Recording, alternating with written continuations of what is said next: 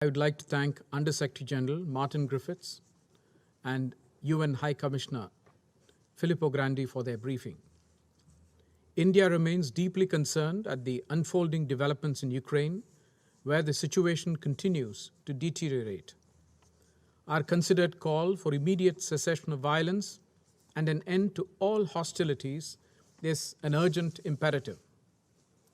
India's Prime Minister has advocated this strongly in his recent conversations with the leadership of the Russian Federation and Ukraine. We welcome the commencement of direct talks. We reiterate our conviction that differences can only be bridged through sustained dialogue and diplomacy. We also underline that all members have agreed on the principles, the UN Charter, international law, and on the respect for the sovereignty and territorial integrity of states. There is an urgent and pressing humanitarian situation developing in Ukraine. In such times of conflict, India attaches the highest priority to the safety and well-being of civilians, in particular women, children, and the elderly.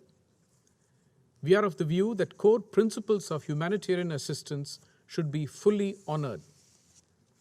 Taking into account the humanitarian requirements in Ukraine, my government has also decided to provide urgent relief supplies, including medicines, and these are being dispatched tomorrow. We remain deeply concerned for the safety and security of thousands of Indian citizens, including students, stranded in Ukraine. Our evacuation efforts have been adversely impacted by the developments on the ground at the border crossings. Given that the safety of Indian nationals is of paramount importance to my government, senior ministers from the Government of India are being deployed as special envoys to Ukraine's neighboring countries. We thank them for their cooperation at this difficult time.